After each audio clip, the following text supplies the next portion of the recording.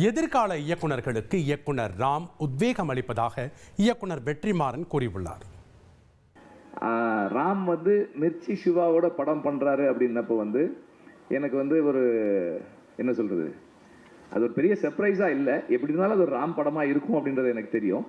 And Ram சொன்னார் கொஞ்சம் ஒரு ஃபன்னாக பண்ணலான்னு இருக்கேன். என்னோட பையன் என்னெல்லாம் பண்ணணும் அதெல்லாம் ஒரு படமாக இப்போ பண்ண போகிறேன் அப்படின்னாரு. தங்க மீன்கள் என்னோட டாட்டருக்கு, இந்த படம் என்னோட சன்னுக்கு அப்படின்னு சொன்னார்.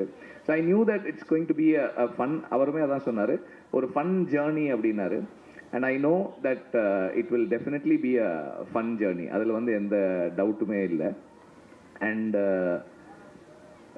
Ram is a great teacher. இதெல்லாம் என்னென்னா, நான் ராம் பற்றி என்னுடைய இது சொல்கிறேன். இந்த படத்தோட சம்பந்தமானது இல்லை, but about Ram. This is a stage for Ram.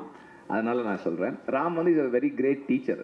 ஏன்னா இன்னைக்கு தமிழ் சினிமா அன்றைக்கி ஒரு இதில் பேசும்போது பேசணும்,